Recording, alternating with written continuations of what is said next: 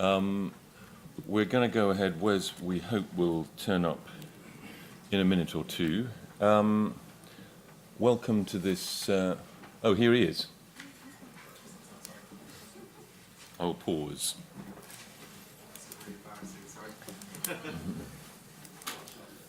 Not at all.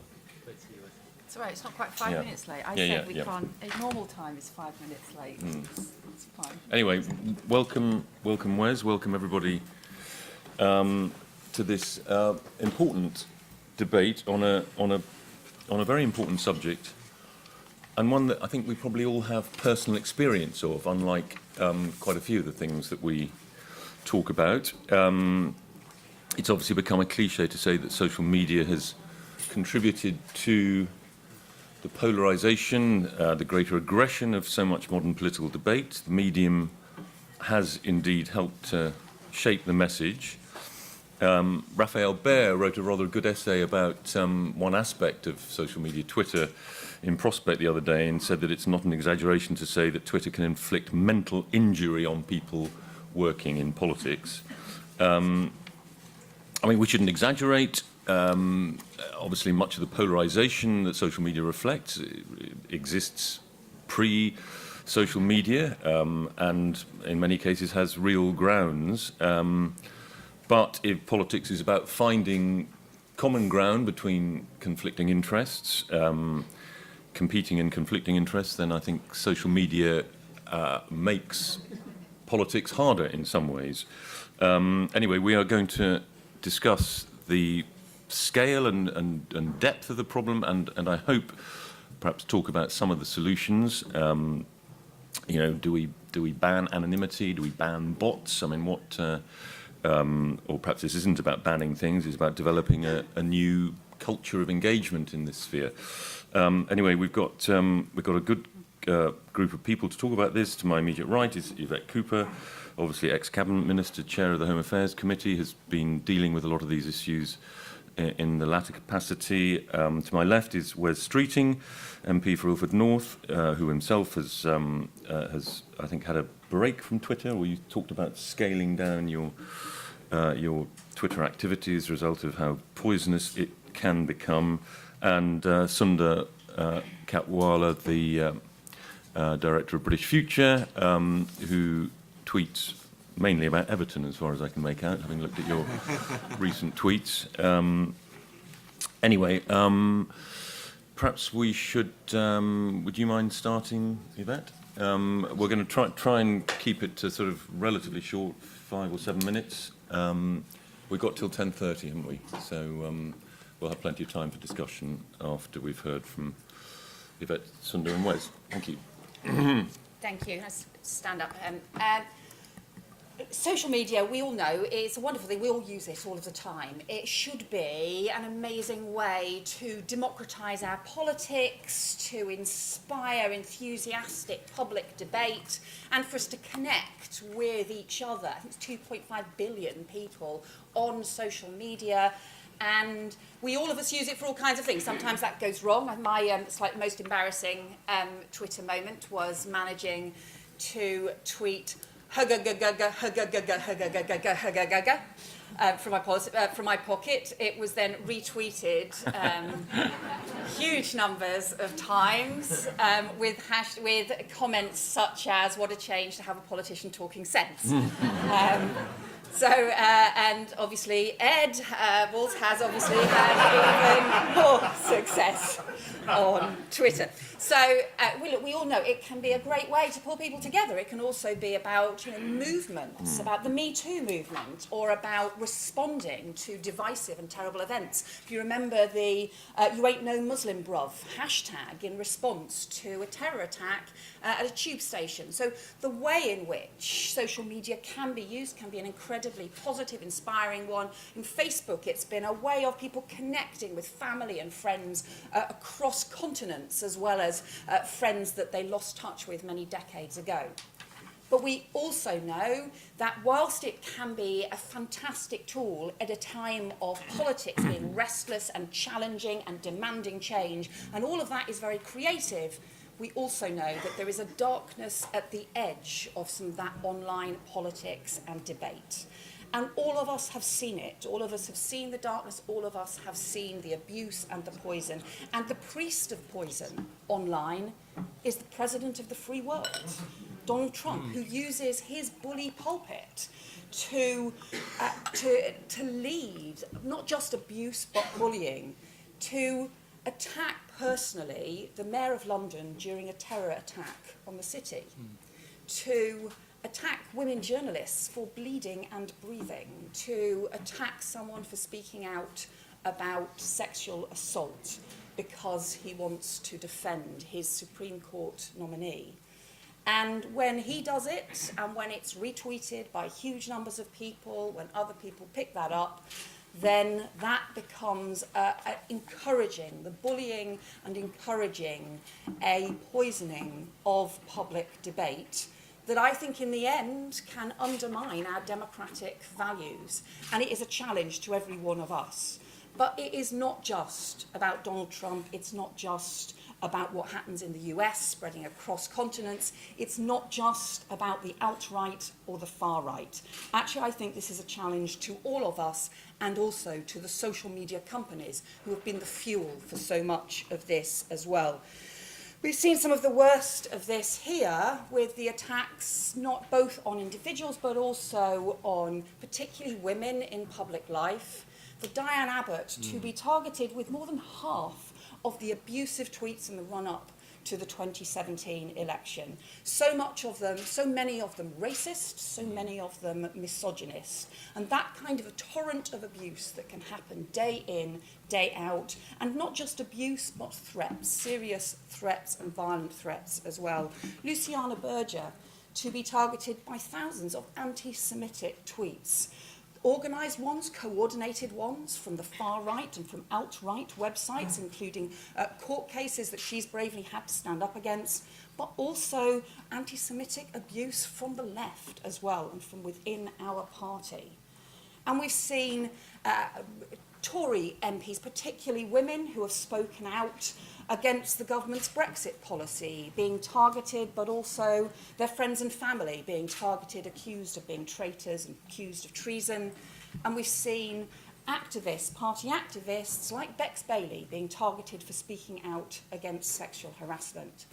And the problem is, I worry that this is being normalised now, that we are losing our capacity for outrage. Our outrage is just so overblown that we forget that actually this is unacceptable, it is appalling, and it does poison public debate, and it does undermine our ability to change the world, our ability to build new ideas, new vision, new excitement, new consensus.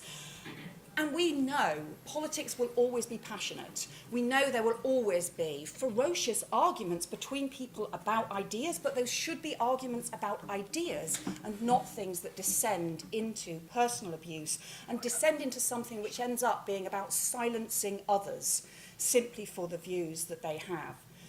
And when I think we see the scale of that threat, I think across the world, from the alt-right, from the far right, then actually it is incumbent on us in the Labour Party who stand against any kind of racism, stand against any kind of abuse, stand against that kind of lack of respect for human beings. Our party, which has as human rights as part of our founding values, is also about respect for the dignity of other human beings and respect for other people. And I think we should make sure that we are championing that online and in part of social media debates as well.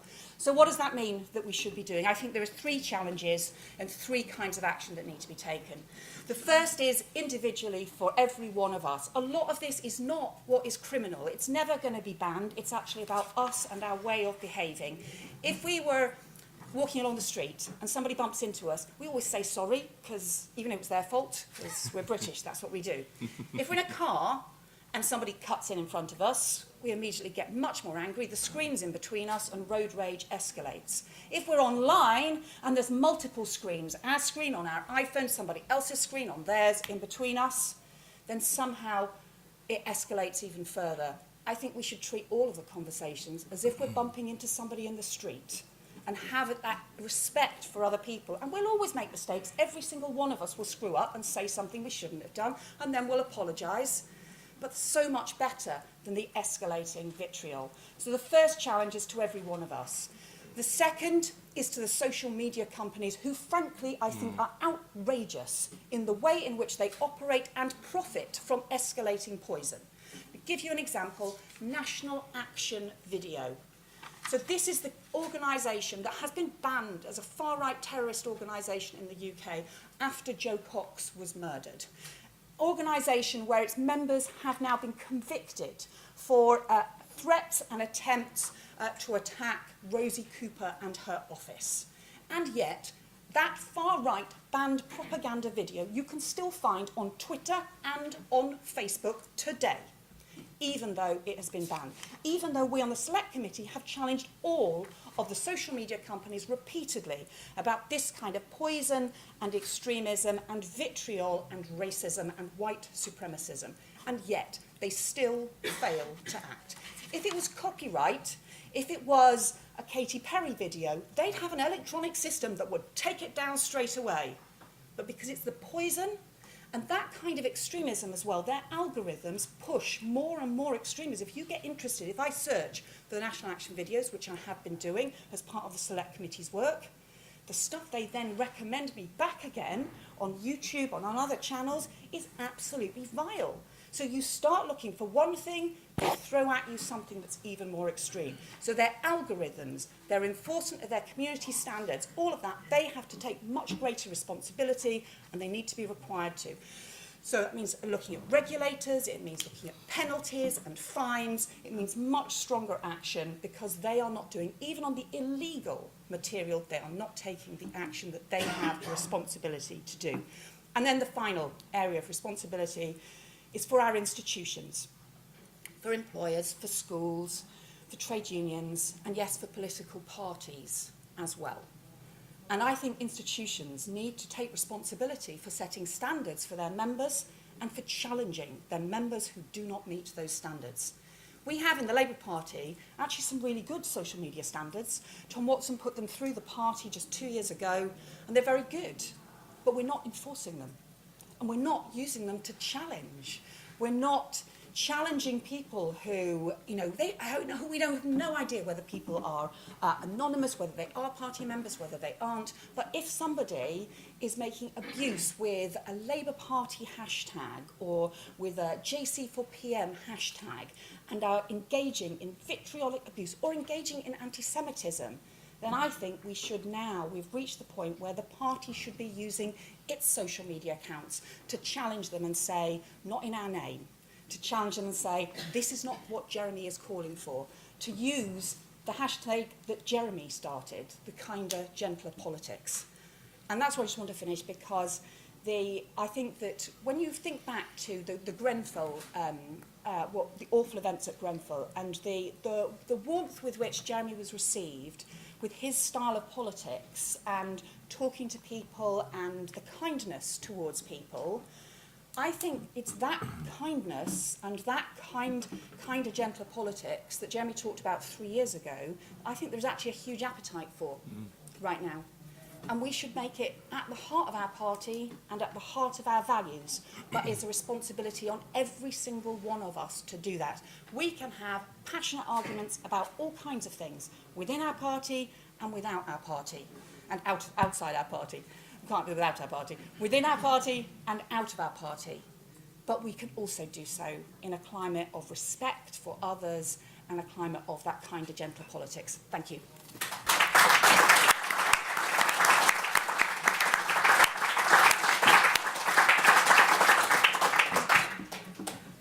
Wes? I mean, I agree with so much of what Yvette said, as you would imagine. Look, I was a really early adopter of social media. I joined Facebook as soon as it kind of landed in the UK. Luckily, just about the time I was leaving university rather than during university, so I don't have the photos problem, at least not yet. I signed up to Twitter pretty early. I've managed over the course of the last 9 years since joining Twitter, apparently, I'm told by the good people at the Daily Mirror, that my combined sum of tweets, this is when I was first elected an MP, my combined sum of tweets was longer than the entire Harry Potter collection. It was longer than War and Peace. And look, I'm not saying, I don't want to attack J.K. Rowling, because I think she's a great lefty and also a wonderful writer. But honestly, you can take your books and your successful franchise. I've got more tweets than you. What a great personal achievement. I'm sure that was all time well spent. You've only got a quarter of the followers of Yvette. Yeah, and only a quarter of the followers of Yvette as well, which is kind of remarkable. It just sort of, I read that story and just thought, God, imagine if I just spent more time every day just taking those tweets and kind of turn them into something a bit more. Anyway, that's one of the reasons actually why I didn't leave Twitter recently. I just decided over summer, having had a week off from social media, because I went to a little cottage in the Yorkshire Dales. There was no Wi-Fi, really bad reception. I thought, oh, hallelujah, I'm coming off Twitter for a week. And until I got a phone call saying that there was a Resign Watson Twitter storm and could you come online to help, I managed to kind of stay off social media, and it was just joyful. And I thought, why is it that I need to escape to a place with no reception or Wi-Fi to switch off from social media? And actually, how much more productive and fulfilling and enjoyable would my daily life be if I wasn't logging on every 5 minutes to find the latest person calling me a red Tory or Tory scum, or most egregiously, as someone did yesterday, said the most offensive thing anyone could say to me, which is that I do not knock on any doors. Now, as someone who has a higher contact rate across 2 general elections than any other Labour MP or constituency party, I'm not, you can say anything about me, but do not tell me I do not knock on doors and talk to voters. I find it nourishment for the soul in a way that, frankly, I don't on social media. And why is that? I think, as Yvette said, it's because people behave online in a way that hopefully they would never behave offline. And, it's the daily grind, it's the abuse. It is striking, that, Luciana is a really good example. As many people know, I've spoken out repeatedly, forcefully against our problems with anti-Semitism on the left. So there is no reason, actually, why I should receive less abuse than Luciana. But because I'm not Jewish, which does surprise some people. I'm not Jewish, and because I'm not, I think more significantly, a woman, I get far less abuse than she does. Look at the abuse, as Yvette said, that Diane Abbott gets. If she were not a woman, and if she weren't a black woman, there is no way that she would receive that level of abuse. So we should be in no doubt about the character of a lot of these attacks on politicians. It's not about accountability. We are all thick-skinned and broad-shouldered enough to take robust criticism of our position, but without, without sort of walking away from a sort of a good debate or a good argument, or standing up for ourselves and justifying our positions. This isn't about accountability. It is simply about abuse, and it ought to have no place in our politics or wider society. And I think the other thing that I think we really need to reflect heavily on is that this isn't just about abuse or politicians' sensibilities. It's also about a very dark and ugly character that's fueling some really quite dangerous activity through the internet. Recently, my colleague Lucy Powell used the 10-minute rule bill opportunity to highlight in Parliament just how bad the use of social media is for fueling some really dark and reactionary and dangerous forces. And I'm not kind of shocked by things much these days, but I actually genuinely found what she said quite shocking. We've got the problem of radicalisation.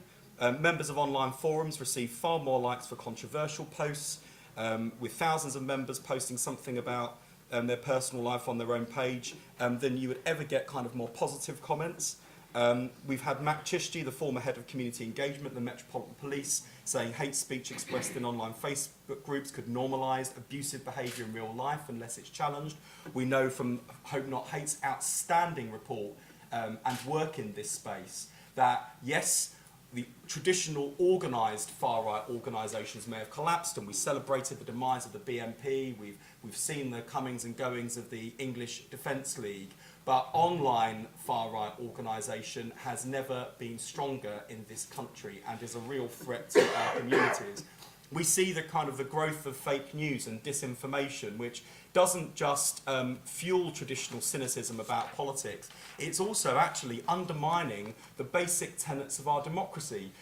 I find it genuinely frightening, actually, that when you think about the pillars that bind a society together, you know, its institutions, whether, you know, whether the parliaments or the councils or the courts or the press or, you know, the judges, the charities, the churches, the mosques, the synagogues, all of those things that bind a society together, all of those have had their own crises of confidence and crises of trust, and all of them have had those that crisis exacerbated by fake news. It's got to the point now where people are more likely to trust alt-right or alt-left sources on the internet than our traditional mainstream media. And look, they make me want to pull my hair out just as much as anyone else sometimes. I had a really, the many great conversations I had at a conference so far, I really enjoyed telling John Stevens at the Daily Mail that Brexit was a total disaster and would be defeated. But, you know, as much as I disagree with the Mail's editorial line, and as much as sometimes journalists make me want to pull my hair out, the fact is they are held to higher standards. They sometimes fall short of those standards. We've seen that spectacularly exposed on a whole range of issues and taken into account by the Leveson inquiry. But God, give me a bad newspaper over an alt-right or alt-left blog any day of the week and twice on Sunday. So I think we've got to guard against, in an age of extremes, in a rise of populism with tyrants and dictators and strongman leadership models rampaging across the world and increasingly encroaching into the West, we should definitely be vigilant, because there is nothing to say that liberal democracy and our basic democratic values will define this century. We've also seen, you know, the appalling Islamophobic abuse, which I don't think gets nearly enough coverage. Look at the abuse that Sadiq Khan got. Look at what Boris Johnson was doing with his attacks on Muslim women who wear the burqa. He wasn't trying to spark a debate about women's liberation. He knew that by actively pandering to prejudice in his own party, it gave him a better shot of being leader. What kind of political party does that represent? Yvette mentioned the far left groups and the anti-Semitism and the misogyny. Most shockingly of all, though, and this is the one that really got me. So Lucy stands up in Parliament and she reports about a secret group of parents of autistic children in the UK, which have 8,500 members, allegedly charged £60 for entry to the group, and that group promoted the theory that bleach enemas can cure children of autism, encouraging parents to conduct them on their own children. So you have this absolute, unimaginable situation where parents are feeding their children bleach enemas because other parents have shared online images of so-called parasites leaving the child's body. In fact, they were not parasites, it was children's bowel linings. And because of concern about their children and because of concern about their condition, you've got parents being deluded into thinking that actively harm their children will cure them of autism. So this isn't just about whether people are unkind to each other. This is about how we enable people to do harm to each other through social media. And that's, I think, the more deeper, darker and dangerous end of all of this that we've really got to tackle. So finally, reasons to be optimistic. We were told that this week at Labour Party conference, Labour MPs would get loads of abuse. And we would turn up and people are like, oh, look at you Blairites, scum, get out of our party. Now, you know, yes, there was a newspaper on the way in saying Blairites out on the front page, but they've always been here. And I'd kind of be a bit concerned if they weren't, because this is the Labour Party and, you know, hey-ho, that's just how it is. But actually, I've actually really enjoyed conference, and not just because I've been going to places with people I agree with, but because actually, over a drink in the bar, as Yvette said, people are so much nicer in person than they are online. It's also, you know, it's been really great being reliving my glory days of NUS by talking happily to members of the Alliance for Workers' Liberty about things we agree on as well as the things that we disagree on. But the point is that you know, I think we've got to try and create online the same norms and standards of behaviour that we would tolerate in real life. And Lucy proposed a 10-minute rule bill, but actually I don't think that the law is the best answer to this. It's actually ourselves, it's our companies, it's our own behaviours, you know, and it's not about free speech. You know, if someone were to stand up in this room now and start hurling a load of misogynistic abuse at Yvette, we wouldn't say, God, I really disagree with this, but in the interests of free speech, we must let this happen. We would all be demanding that person's removal. The organisers of the event would say, we respect your right to free speech, but we've got some basic rules of civility here, so you can go and shout outside instead. So that's exactly what social media companies should do, removing these people. If we had secret organisations of thousands of people promoting far-right activity, we wouldn't be kind of saying, oh, well, we don't want to interrupt what's going on in that room over there because, you know, they've got the right to organise and, you know, the fact it's secret, but we kind of know it's there, well, it doesn't matter. No, I'm sorry, you should be removing the opportunity for the far right to organise in this way. And also, you know, if you're a publisher or an event organiser, you have to take responsibility for things that are published or said on a platform or at an event that you are responsible for. So I think it is reasonable not just to hold internet companies to account, but to hold administrators of groups, particularly large groups, to account for what's published on their pages. And finally, and this is the thing that all of us can do, one of the things that has horrified me about the Conservative Party and their problems with Islamophobia is that with some honourable exceptions like Saeed Abbasi and Anna Soubry and the usual suspects, frankly, of the nice Tories, it has been deafening silence in the wake of the problems with Islamophobia. And actually, the truth is, I saw the same deafening silence too often and have seen the same deafening silence too often in our own party on anti-Semitism. How many of our colleagues sent Luciana Berger private messages of solidarity but said nothing nothing online or in person until it became too late and the genie was well and truly out of the bottle? And I think there's just a simple principle here about no bystanders. You know, on the left, we do not walk by on the other side when we see injustice. And actually, just by speaking out with a basic act of solidarity, you can change the entire culture of an event. If you see someone being abused on public transport, a woman, say, being abused on public transport, you just walk by on the other side, she feels alone and isolated. Go and sit down next to her and start engaging in conversation, completely ignoring what's going on with the abuse. You instantly just change that whole person's experience of abuse. And it's just the same online. If you see people, you know, go back to this point about the negative comments receiving more likes than the positive comments, just by liking something positive, just by saying something positive, you can make a real difference. As my office often remind me, yes, you do get quite a bit of abuse, but if you look at your posts, you get way more people favouriting and retweeting than you ever get nasty and negative comments. So there is a basic thing for all of us, in real life and online. Just by basic acts of solidarity and decent human behaviour, we can change the entire climate, and I think it's the responsibility of all of us to do that.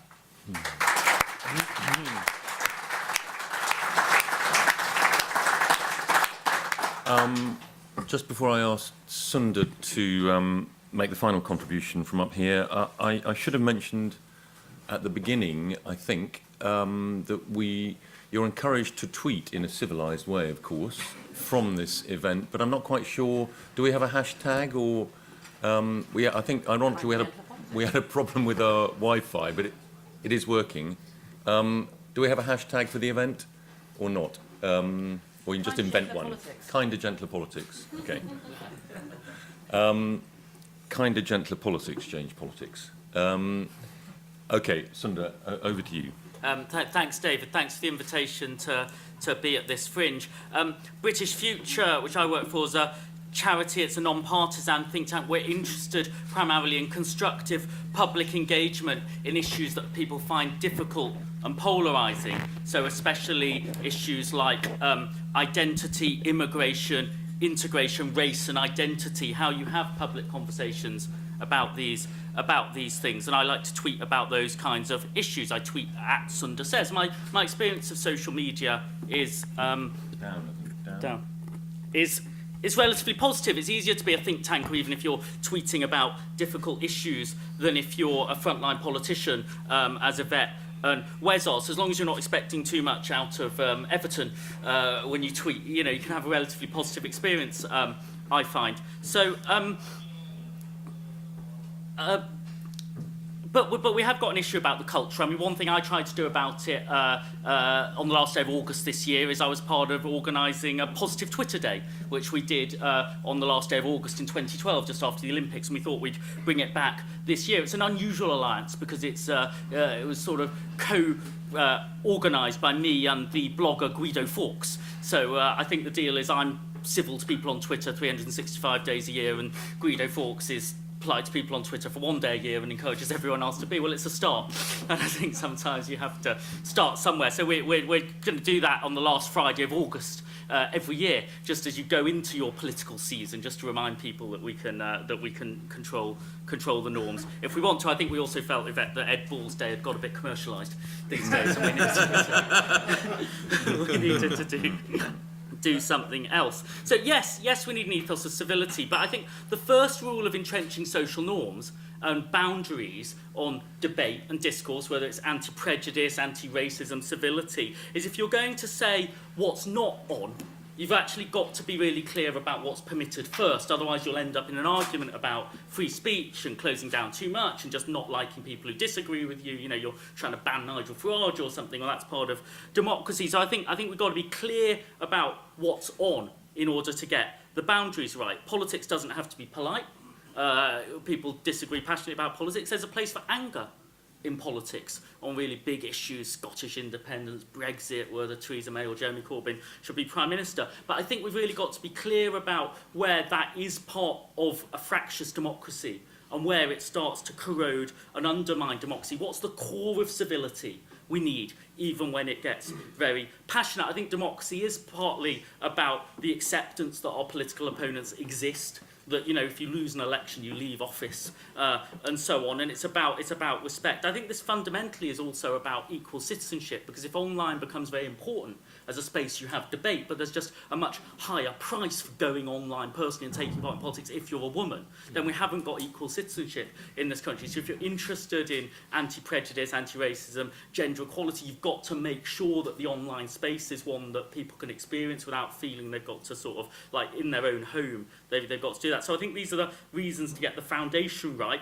I think the most important boundary is obviously violence, intimidation and threat. But I think particularly at the moment in the sort of debate we're having about Brexit and things like that, I think we've got to be much more careful about people just using the language of culture war and civil war and violence and war traitors as a political metaphor, because some people can understand it's a political metaphor and a headline. There are definitely people in these debates who can't tell the difference between a metaphor about a civil war and saying it's a civil war and these people are traitors. So I think there should be a real toning in of the rhetoric of war and violence, because politics is the opposite of war. It's not the continuation of war. And I think, you know, there are tribes in politics, and that's part of identity and belonging, but you can't dehumanise your opponents. You know, 10, 15 million people vote for this political party, vote for the governing party as well. 16, 17 million people on both sides of the referendum.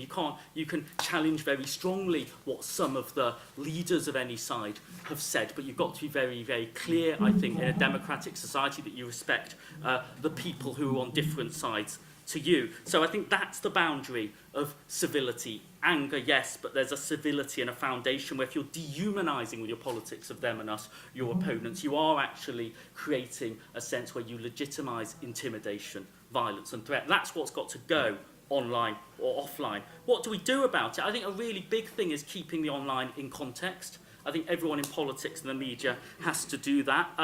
One thing British Future's just been doing, and Yvette's coming to talk about it at midday at another fringe, is the national conversation on immigration, where we had 130 meetings across the country in 60 towns and cities, and we got people to talk about immigration and Brexit and what should happen next. And these were really constructive conversations, and we started off in all of them by asking people to give us a score 1 to 10. How good or bad has immigration been for you nationally in your local area? The most popular scores are 5 and 6. You know, it's been good in some ways, it's been bad in other ways. We also had an open online survey that 10,000 people did. Easily the most popular scores were 1 and 10. And when you check, you know, a nationally representative sample, about 10 or 15% of people choose one of the highest or lowest numbers. In our online survey, 60% of people chose the highest or lowest number. And the view that everyone has, the constructive majority view, which is this is part of the world, but we've got to sort it out, let's work it out, that's just missing for the online debate. Now, if politics and the media don't know that, and they think that's what people think, well, it is a culture war, pick a side, pick a trench and get into it, that's dangerous. If the media just report there was outrage last night as a politician tweeted back to another politician and our culture is going to end, and that's the front page of the newspaper because you didn't manage to get anyone to go out of the office and talk to anybody because they were too busy, then that is really...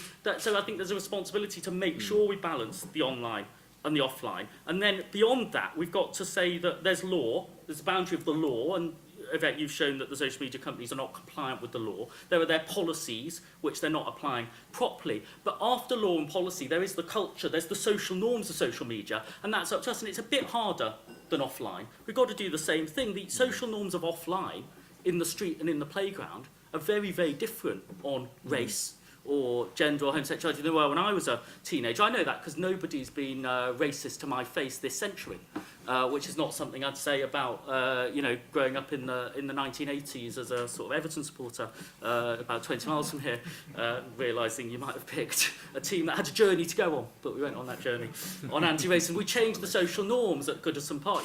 Some people threw bananas and people stopped throwing bananas because you had a black hole. We've got to change the social norm on social media by owning the social norms we've got. How do we do that? Yes, we rely on law and policy for the absolutely extreme, but the social norm is about what we do ourselves. I think the way to do that is to make reputation matter and to make people's reputation matter. Anonymity will be part of it. There are good reasons why some people are anonymous on social media. There are very bad reasons why some of Mr. Putin's bots need to be anonymous on social media because they're not people at all. But I think we should discount and discourage anonymity and look for people being anonymous and ignore people who are being anonymous, ask people why they're being anonymous, use our own names wherever we can and see what people's reputation is. I think reputation can matter. In that way, let's discourage anonymity. But the most important way that reputation can matter is to take responsibility. The easiest thing to do on the politics of civility and prejudice in politics is to spot something where your opponent may or may not have kind of crossed the line a bit and to go absolutely mad about how terrible they are and their tribe. And the hardest thing to do is to uphold those norms among your friends. So I think we need to notice this. If you are a person that has got very, very strong views about online behaviour, hate speech, etc., and that you only apply them to your political opponents, you're part of the problem. And you're only doing something to uphold social norms if you do the difficult bit, which is that when you challenge an opponent, you can say credibly, I know I do this when someone on my own side crosses the line because I actually did it 3 months ago. And you do it in a civil and polite way. And I think the rest of us should notice who is using civility as political ammunition to attack people they want to attack, and who is actually upholding political norms. I think if you can uphold norms among your own tribe, your own party, your own faction, you're part of the solution of a more civil kind of politics. If you find you're only doing it to people you hate, I think you're still part of the problem. Thanks.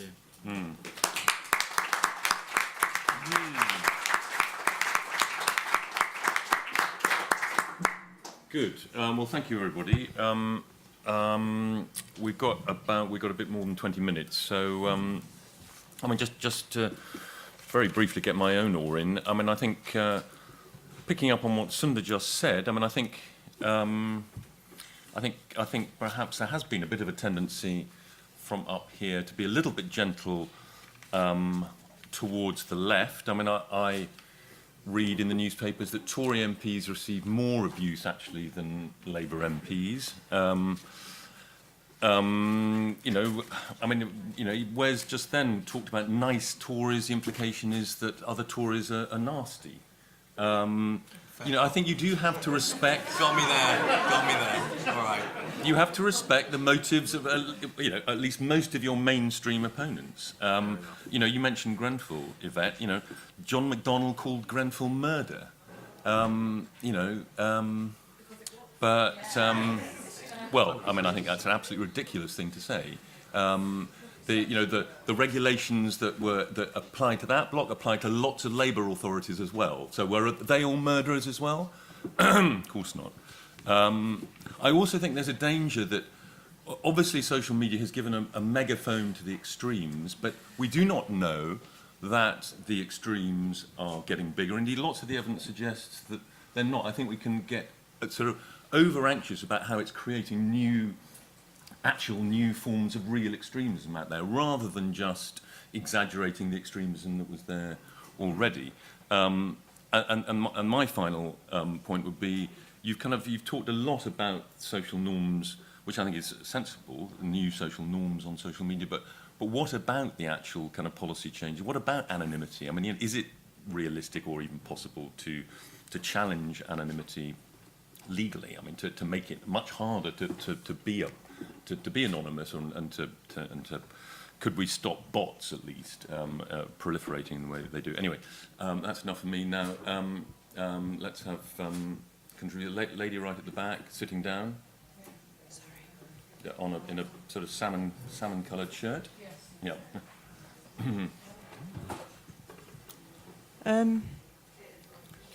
I'm very nervous to speak, but my name's Steph. I think the only mistake that John MacDonald made was not to say corporate murder. Okay, look, we're not talking about Grenfell here, right? We're talking about social media. Yeah, I don't right? want Okay, if you want to talk about Grenfell, we can do that in another No, I'm event, right? not going to talk about Grenfell, but the only other thing I want to say is, with respect, I'm not on social media. I absolutely agree with everything people have said about how hateful and horrible it is, and I think whatever we can do to combat that on all sides of the debate, I'm fully in support of. But I just want to say one small thing, please. I'm a working class woman who joined the Labour Party because of Jeremy Corbyn. I don't agree with the abuse that's been hurled against anyone, including the politicians that I don't agree with. But I was hurt and upset by the comments made by Chuka Ramuna in relation to call off the dogs, because a lot of people like me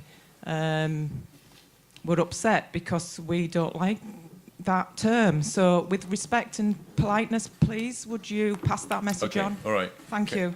Can gentleman here at the front.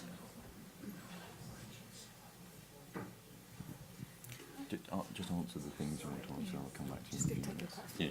Hi, I'm Nicholas Hatton from the 3 Million, a group representing EU citizens. I think social media is the media as well. I think the editors in some of the newspaper are actually creating a climate that makes it more polarized. After Windrush, I remember being on LBC with Nick Ferrari, and then I was talking about, we can't repeat that fiasco with the EU citizen in the future. And straight away, the answer was, what about the Romanian rapist? And, that creates a tension that then is reflected in social media. So I think there's a slight issue with journalists. Yeah. The lady just behind there. Hello, I'm Kat and a Labour member. Increasingly, and I include myself in this, is that young people's first engagement with politics is going to be online. And that can be a great area in which people can become engaged, they can find their own voice, they can find other people that they agree with and sort out their views. But increasingly, it is also a space that turns people away from politics and drives people out. What can we all do? And I would like to highlight a campaign by an amazing young woman called Shea Akiwowo, Glitch UK, after receiving a torrent of awful, racist, misogynistic abuse about a year and a half ago. She turned that to great use and has created this online non-profit organisation to challenge the online social media companies and to try and give training to particularly young women in politics. So how can it's about reclaiming the space, but more practically, what can the Labour Party do to help people who want to get involved but equally see what happens to politicians online and are afraid of getting into that space? Fair-haired woman behind you.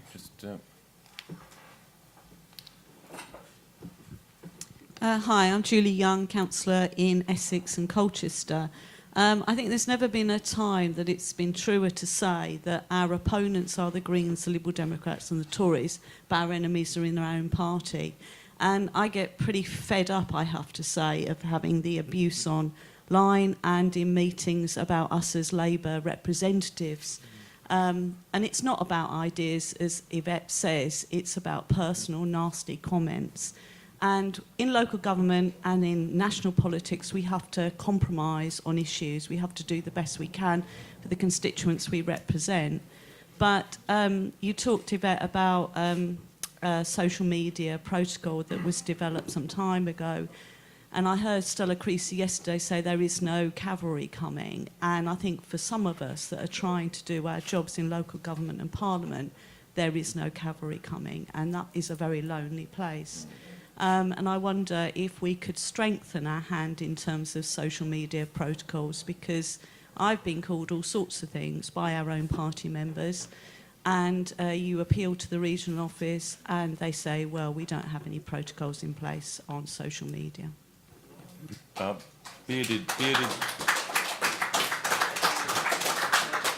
Bearded gentleman. In fact, I want to echo pretty much what's just been said. My name is Barry Kirby. I was a parliamentary candidate in the last election and recently a councillor as well. As much as I abhor everything that goes on in the negative sense in social media, I think we have to get our own platform right absolutely first. We have to lead by example. And seeing, even just this morning, last night, the amount of abuse that we put forward within our own party from our own members, we're not setting the right example. So how can we go around preaching that everybody else should be doing kinder, nicer politics when we can't do it ourselves? So what is it that we are going to do as a Labour Party to actually show that we believe in these right values and be able to then demonstrate that to everybody else? Okay, let's just have a response from the panellists, then we'll have one more round of questions. So don't worry, your turn will probably come. Who wants to... Yep. The points that have just been made, including by the councillor and others, I think it's right that you've got no credibility unless you put your house in order. And I sympathise with the point about protocols, but actually just the way you opened that point, where you're talking about opponents outside but the enemies within, I think what we've got to do is have a sort of de-escalation pact, whether it's right on left or left on right, that people drop the language of enemies within, agree on policies and agree that they'll be transparently applied, not politically applied, whether it's right on left or left on right. So I think the escalation has to be mutual, because some people would say exactly the same thing but the other way round, and I think it's got to be a mutual accommodation on what the norms are about the language, even if there's a big disagreement about the politics and the policies. Just briefly first on the newspaper editors and on the sort of offline media, really, and their responsibilities too. We did call newspaper editors in front of the Home Affairs Select Committee as part of our inquiry, which is still ongoing, on Islamophobia, and challenge them on Islamophobia, on a whole series of things, and more widely as well. And of course, they have to take responsibility too. And the interesting thing was there was particularly some of their willingness to look again at the editor's code, or to look again at their training for staff and so on. And so obviously, look, we will come forward with a report and recommendations, and we'll keep pursuing this. But I think they do have responsibility.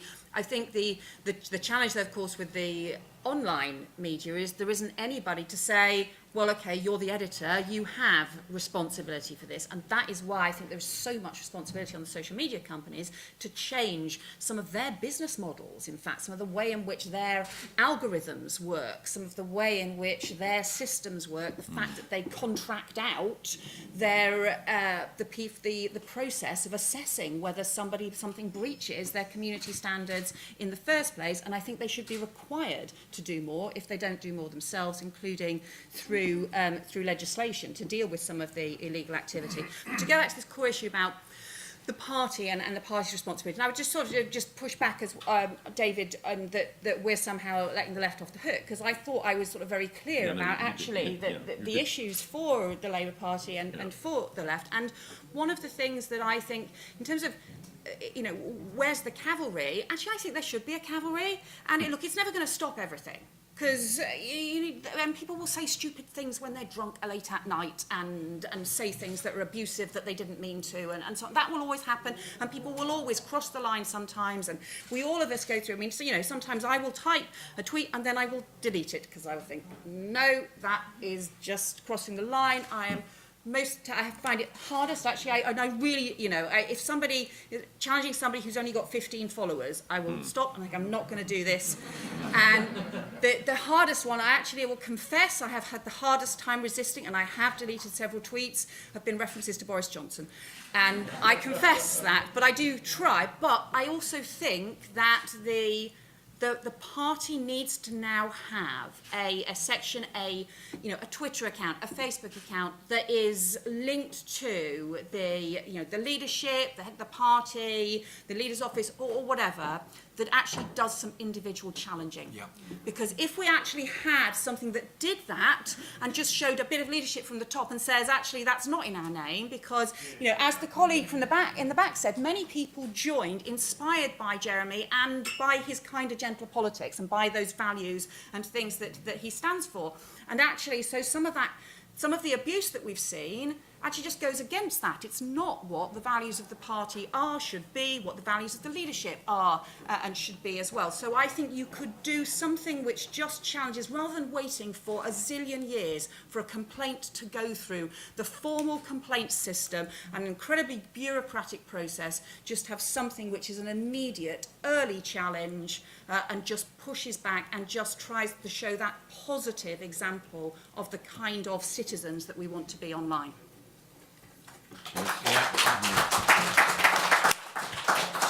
I agree with everything, literally everything that Yvette has just said. And I think one of the tragedies for where the Labour Party currently finds itself is, and it's kind of exemplified by the questions from, elected or formerly elected Labour representatives right through to the various newest members.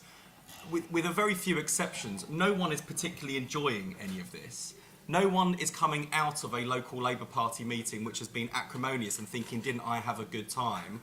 I absolutely loathe parliamentary Labour Party meetings. We would never, ever have behaved like this in my Labour group on the council. And those weren't, we didn't always see eye to eye there. And I think what's gone really badly wrong is just the total lack of any good faith.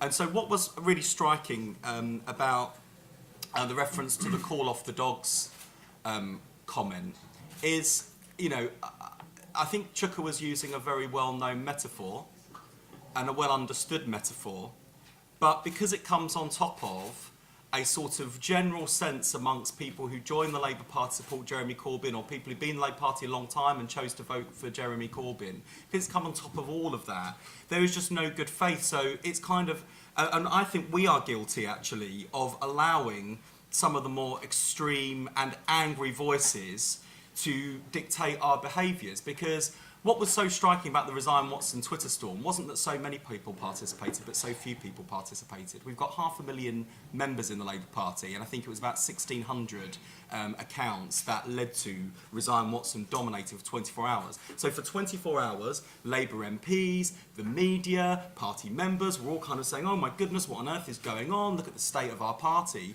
All because 1,600 angry and I think unrepresentative people chose to pile in on Tom Watson in that way. And instead of just saying this is a small number of people, it's all a bit ridiculous, I think we all got carried away. And I think that some of the language that we have used as politicians to describe the culture of the Labour Party, instead of being precise and talking about either the individual accounts or the individual people that we're talking about, we've spoken in general terms. And so far from calling out the angry, aggressive people, you've got people like the woman at the back who isn't even on social media feeling like our comments are directed at her for something she hasn't done. So we've got to try and start by rebuilding, oh, she's gone. But we've got to start by trying to rebuild good faith. And that is also, I'm afraid, trying to sort of restore some basic sense amongst the majority of our members that maybe Labour MPs are also members of the Labour Party because we care about inequality and want to tackle injustice. I want to get one more round in. Sure.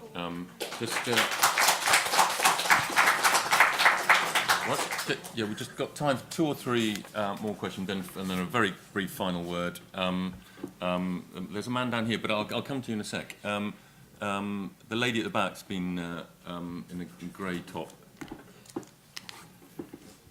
Make it quick, will you? Yeah, so we I can will. get, Hi, I'm Gail. I thought what Yvette said was fantastic, and I agree with so much of it, particularly as a woman online who's been sent rape threats and abuse. It's been pretty rough, actually. But I wanted to go back to the point about dehumanising the opposition. where you've said that it legitimises violence and intimidation. But and I do mean this in good faith. I don't understand how in the same sentence you can talk about kind of getting into bed with Guido Fawkes, who have been so atrocious, particularly towards Diane Abbott. And can you not see how that is also legitimising that? For example, Laura Pidcock was totally torn to shreds for saying that she wouldn't be friends with Tories, but Tory austerity has killed 120,000 people. Like, you've got to respect that a lot of people are going to be angry about that. With a guy over on the left here, and then the man down in the pit here. Hi, I'm here as a youth delegate for Richmond, Yorkshire. I think it's worth commenting that social media is a very new phenomenon. In the course of history, this has come about in 10 years, less than that. There has been almost no study on the psychological impact of being behind a screen and how that affects how other people participate in debate. And that links in with education and making sure that civility online is an absolutely core part of our curriculum in our schools. And the internet is making us all stupider, apparently. Final one here. Or go on, you and then the lady there. Yeah. Hi, it's Barry. I want to put this question specifically to Yvette and the Home Affairs Committee.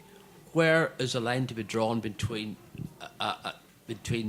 freedom of speech and abuse, particularly on censorship? I take 3 examples: Holocaust denial, the anti-vaccination scares, and the campaign that's been waged against the Syrian White Knights. Okay, all right, thank you. Quickly, final question, and then sort of 10-word final words. Yeah. Rehal from Faversham and Mid-Kent. Just to say, I think the party should look at how it conducts itself at the conference. For the first time in 15 years, I felt shouted at yesterday in the main hall. And that, having that happen actually condones the behaviour that we see on Facebook. The party has a responsibility, I think, and whoever is chairing should actually say what behaviour is and isn't acceptable. Good. Okay, thank you. Okay, well, very, very quick final words from the panellists. And can somebody answer this question about anonymity? Whether there is any legal way in which we can. It's much harder now to have an anonymous bank account. Shouldn't it be much harder to have an anonymous Twitter account as well? Reverse order, perhaps. You go first. Then Wes. Then Yvette can. I'll just directly answer the question about Guido Fawkes. It's a very fair question. I mean, just to very briefly explain what happened. So Positive Twitter Day was something I called for with a lot of bloggers in 2012, and Guido Fawkes happened to then be one of the people who said I'd support it.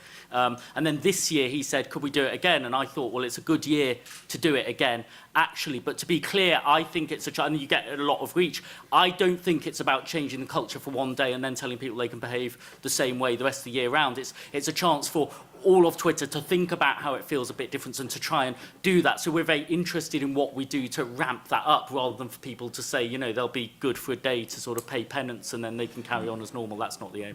Okay, thanks. Wes, final word. Well, I think I realise now why I haven't been shouted at as a Labour MP. It's because they're all on conference floor shouting at each other instead. But that's not. I say that, make a joke, but that's not good. And I never thought I would see a Labour Party conference where people would shout shame on trade unions at a Labour conference, by the way, either.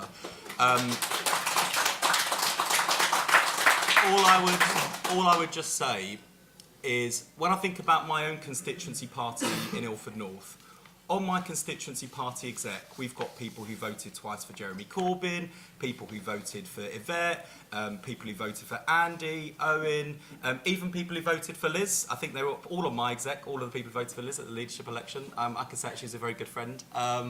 And we have a culture actually where people's values and different perspectives are included, where we go out and knock on doors, where our politics is rooted in the community.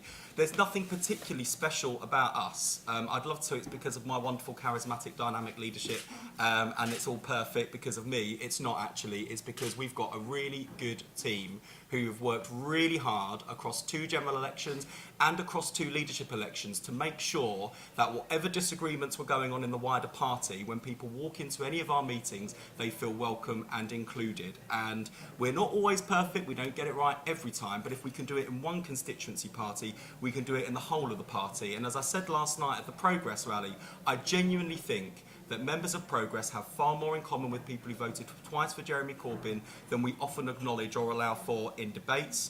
And what I would also say, particularly to those party volunteers who do feel bullied out, who have been told to go and join the Tories, we are not going anywhere. And so for as long as we are here, as they say on the terraces of Anfield, you will never walk alone.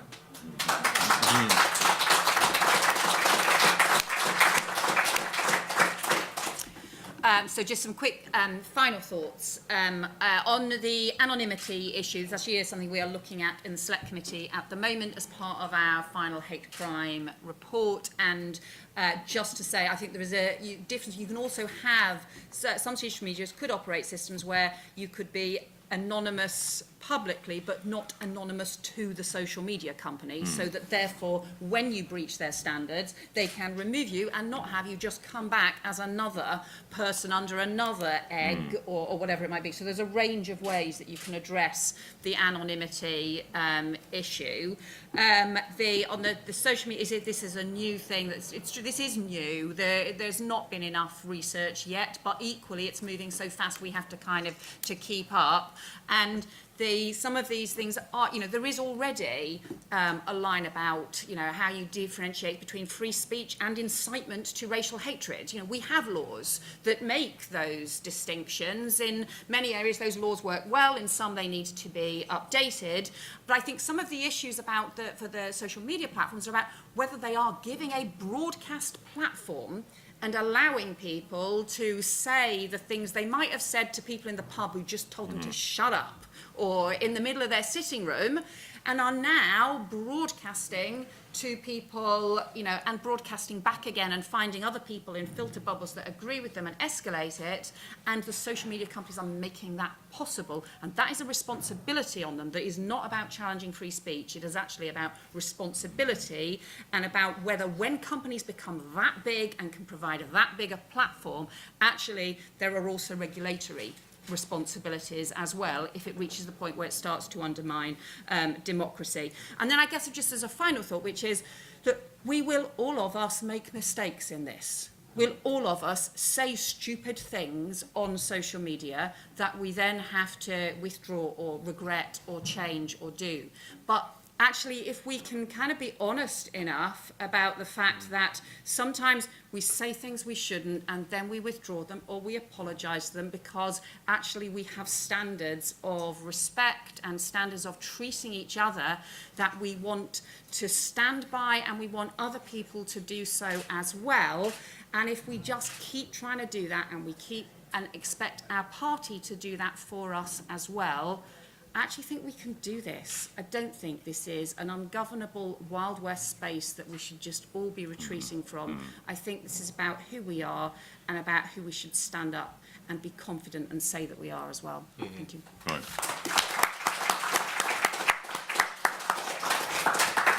Well, thank you very much. That's it. Thank you very much to the panellists, and thank you to all of you for coming. And can we say a final thank you to Yvette and